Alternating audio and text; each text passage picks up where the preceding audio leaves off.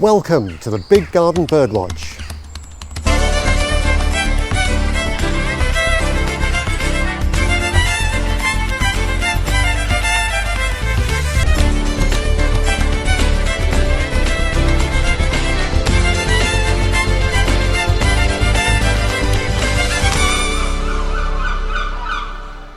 In 1979, the RSPB had the idea of getting children to record the species of garden birds. Billy Baxter, the editor of Blue Peter at the time, thought this was a great idea and incorporated it into one of their programmes. The idea being to find the UK's top 10 commonest garden birds. Originally, it was expected that only a few hundred would actually take part, but in reality, 34,000 people did. Well, children, of course, because it wasn't until 2001 that adults were actually allowed to take part. A year ago last January, there was snow on the ground, and in fact we only spotted 6 species of bird in the 1 hour that we were allowed to conduct the survey. But what's it all about? With over 500,000 people now taking part and 30 years worth of data, it allows us to monitor the trends and see how birds are doing. While some changes in bird numbers can seem scary, we've lost half our house sparrows and 3/4 of starlings. It's not all doom and gloom. Over the last 35 years, blue-tit numbers have increased by 20% and wood pigeons by a whopping 800%. So let's just see how we got on with this year's Big Garden Birdwatch. This year, we have a new bird feeding station, so we should expect a better variety of species than we had last year.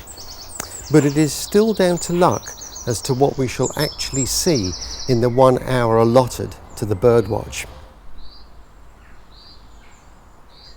So, time to sit back, have a coffee and await the first signs of activity.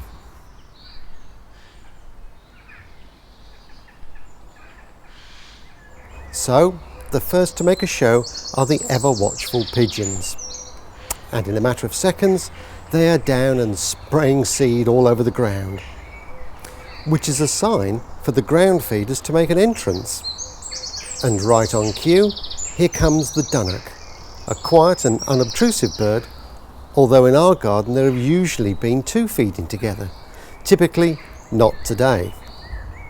Not seen at all last year, the noisy and gregarious house sparrow are cheerful exploiters of man's rubbish and wastefulness. They have managed to colonise most of the world. Also noisy and gregarious, starlings spend a lot of the year in flocks. Still one of the commonest of garden birds, its decline elsewhere makes it a red list species. Next up, the robin. Males and females look identical, and the young birds have no red breast and are spotted. With a colourful mix of blue, yellow, white and green, the blue tit is one of our most attractive and most recognisable of garden visitors. All the birds do seem a bit wary and skittish at the moment. Well, that could be due to a buzzard drifting about high above. Oh, and look, another Boeing 737, just like last time.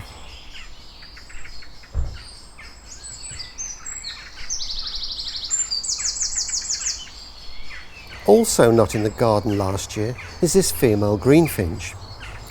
However, the picture is much more complicated when looked at in detail. Our finches, chaffinch, goldfinch and greenfinch were all down on last year. This is likely to be because of a good seed crop following a productive summer out in the countryside, taking these birds away from our gardens.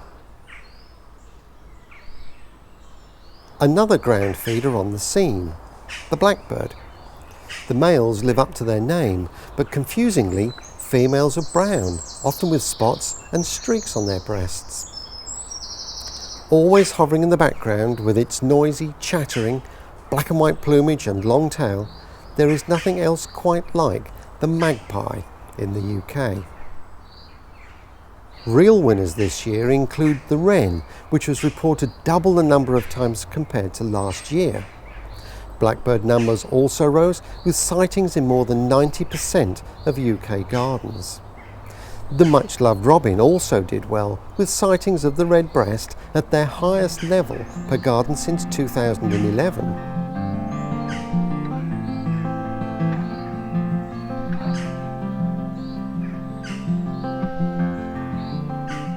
So what did we finally see in our 1 hour slot of garden bird watching?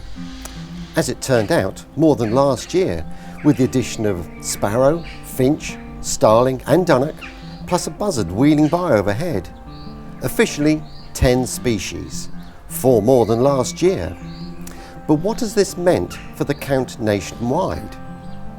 And so the most widely spotted birds were, in 10th place, the collared dove, 9th place, the goldfinch, 8th, the great tit, 7th, the robin, 6th, the chaffinch, 5th, the wood pigeon, 4th, the blue tit, 3rd, the blackbird, 2nd, the starling, and in 1st place, everybody's favourite, the house sparrow.